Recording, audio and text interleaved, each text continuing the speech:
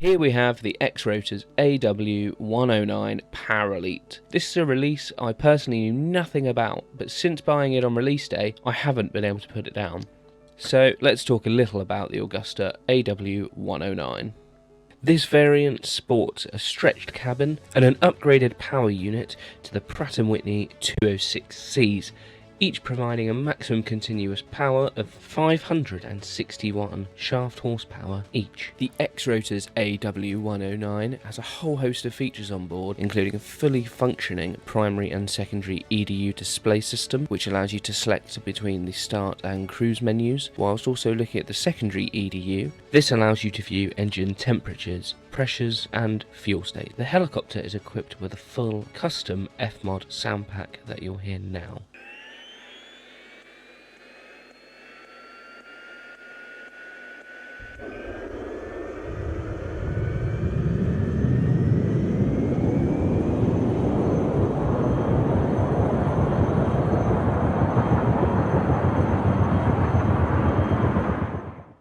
It's got to be said, the 3D lights look phenomenal on this helicopter. Along with its PBR textures allowing for 4K repaints, this helicopter does come by default with 5 VIP house liveries. X-Rotors really are looking to future-proof this product. Currently it uses X-Plane's experimental flight model, also meaning that this may be the first helicopter to work with X-Plane 12 straight out of the box.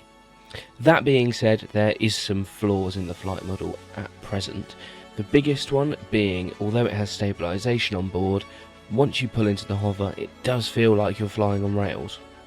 However, even though we're only a few days after release, X-Rotors are working really hard behind the scenes and are constantly testing and releasing updates for the aircraft already.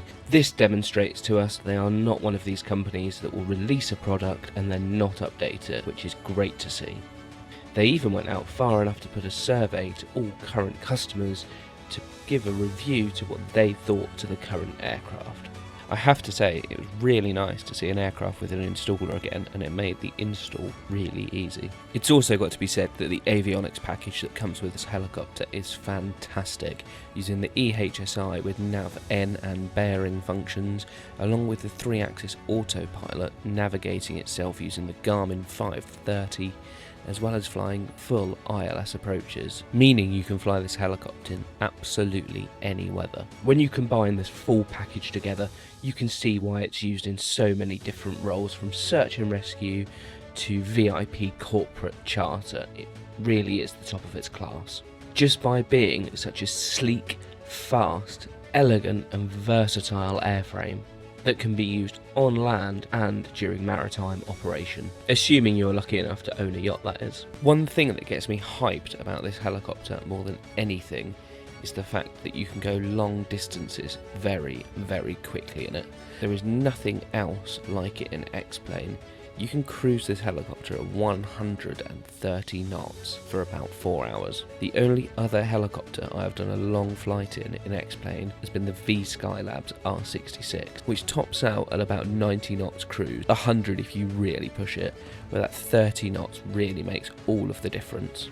One of the biggest things that allows it to achieve these speeds is the retractable undercarriage, which they have animated beautifully due to their new Blender workflow. One thing that's fantastic when it comes to flying a wheeled helicopter is the fact that you can ground taxi, and there is nothing better than being able to ground taxi a helicopter instead of having to sit in the hover and take off and land. You can just taxi like a normal aircraft. But there's also another hidden benefit, and that is that if you've got a high payload and you're heavy with fuel because you're going to fly a long distance, it means that you can do rolling takeoffs. Or if you have to land heavy, you can also do rolling landings like a normal conventional plane. Now, that being said, X-Rotors do still need to do a little bit of work on their ground taxiing elements with this aircraft, but they have implemented a fully working nose wheel lock. And they've also said that they're working on how the aircraft ground taxis, already visible in version 1.02.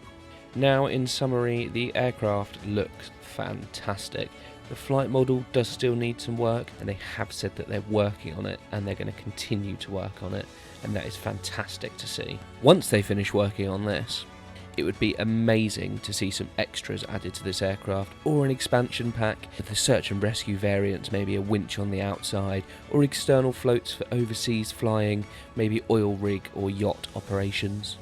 But overall, it's a very nice helicopter to fly. It's very user friendly and it's very flyable. Overall, personally, I would highly recommend purchasing this helicopter, mainly for its versatility in all different roles that you can undertake within X-Plane 11. I'm also very excited to see what X-Rotors come up with in the next year or 2 years, as we move through X-Plane 11 into X-Plane 12.